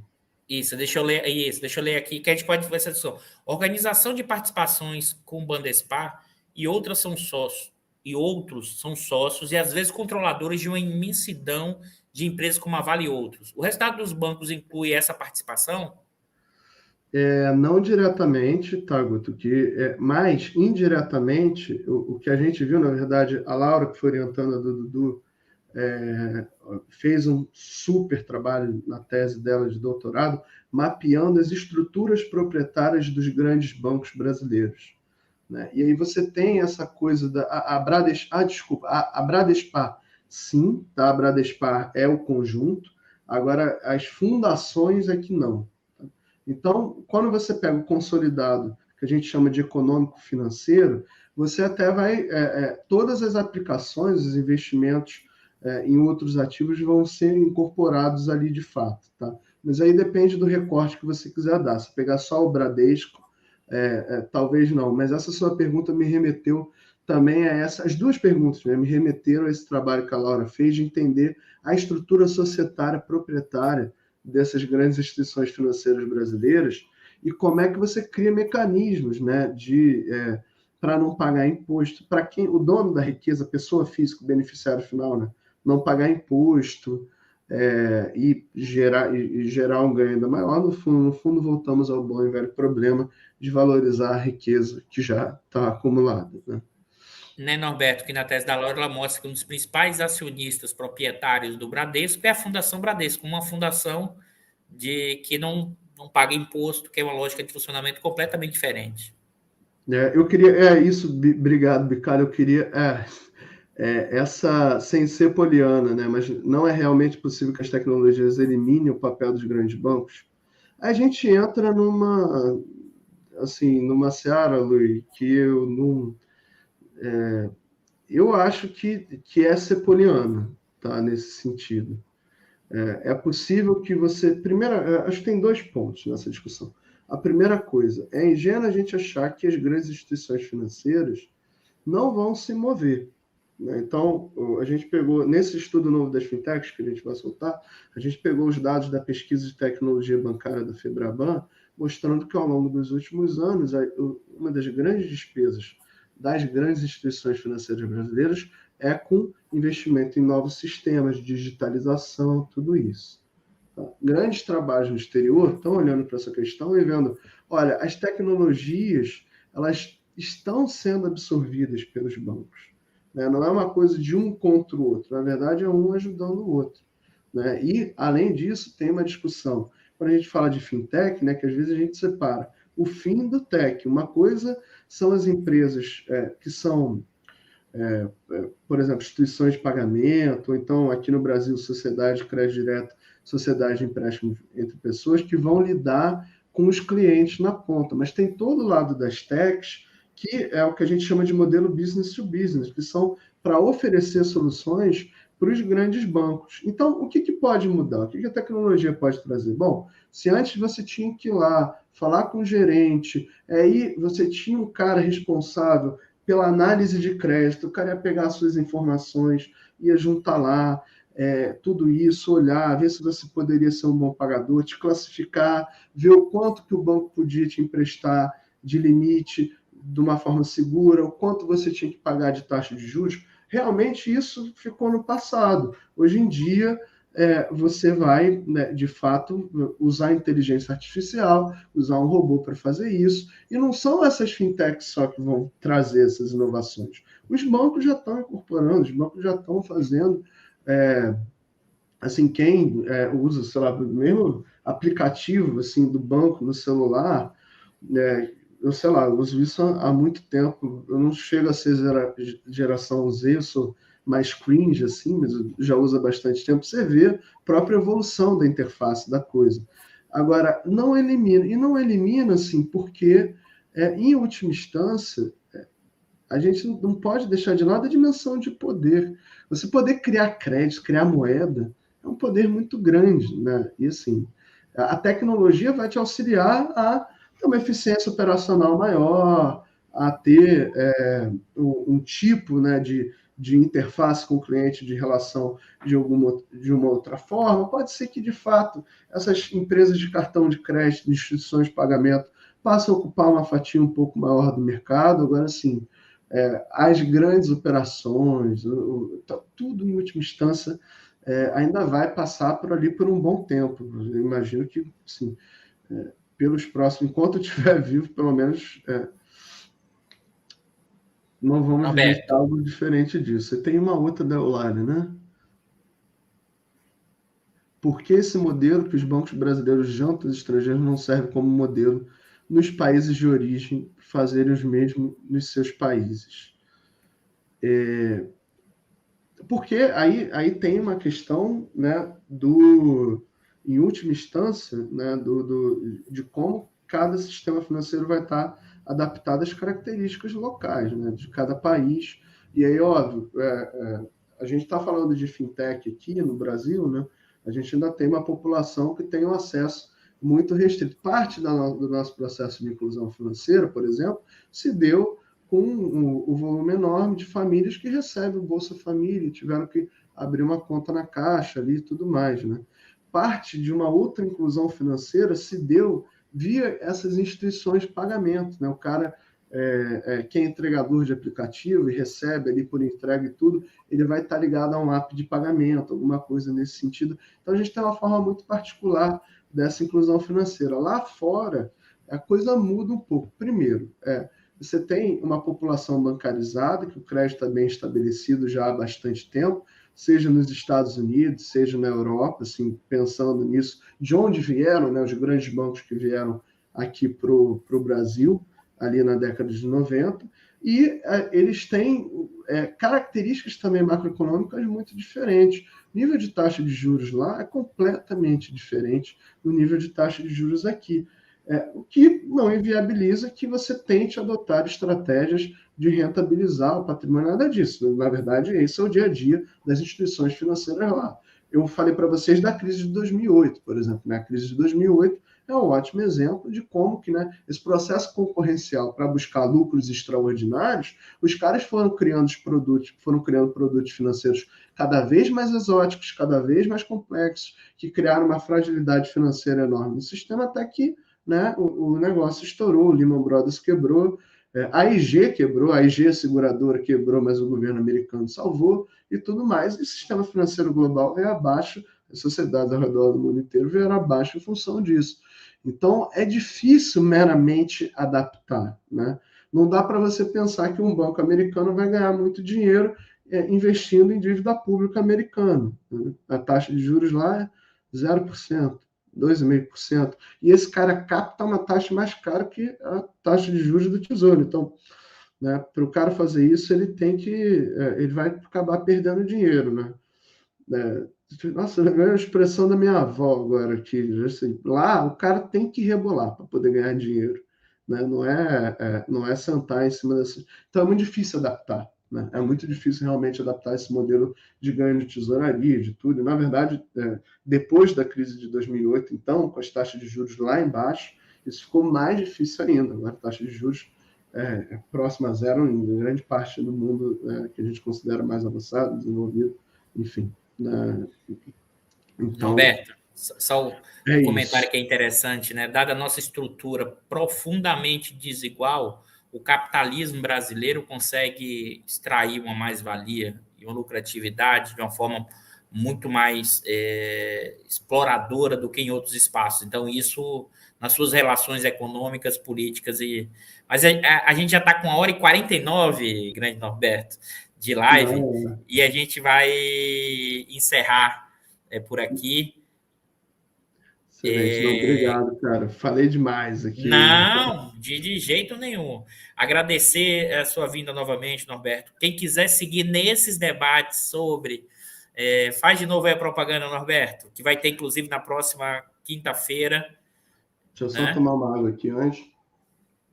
Bom, Porque, pessoal, Norberto, quem de quiser 15 em uma... 15, né, Norberto? De eu 15 sou em de 15, 15 em Sistema 15. Financeiro em Debate. Eu não tenho fôlego do Dudu e do Bicalho. A gente ainda lá no Observatório faz de 15 em 15. Na próxima semana, agora na quinta-feira, pessoal, às 7 da noite, quem quiser seguir o Sistema Financeiro em Debate, a gente vai receber o professor Leonardo Bulamac para falar se tem crise na China, o que aconteceu, o que foi esse negócio dos últimos tempos. Quem tiver maior interesse, o último programa foi sobre, quem falou de fintechs aí, né? Foi sobre Open Banking no Brasil, uma coisa nova também que vai trazer maior concorrência com os bancos tradicionais, a gente tentando entender isso. A anterior foi sobre financiarização, com o professor Luiz Fernando de Paula e a professora Carmen Feijó, da UF. Enfim, convido todos que tiverem maior interesse nesse debate sobre o sistema financeiro a dar uma conferida lá no canal do Instituto. E quem quiser, que ainda não foi apresentado, quiser ter uma palhinha, na próxima quinta-feira, ao vivo, às 7 da noite, a gente vai fazer esse debate sobre China.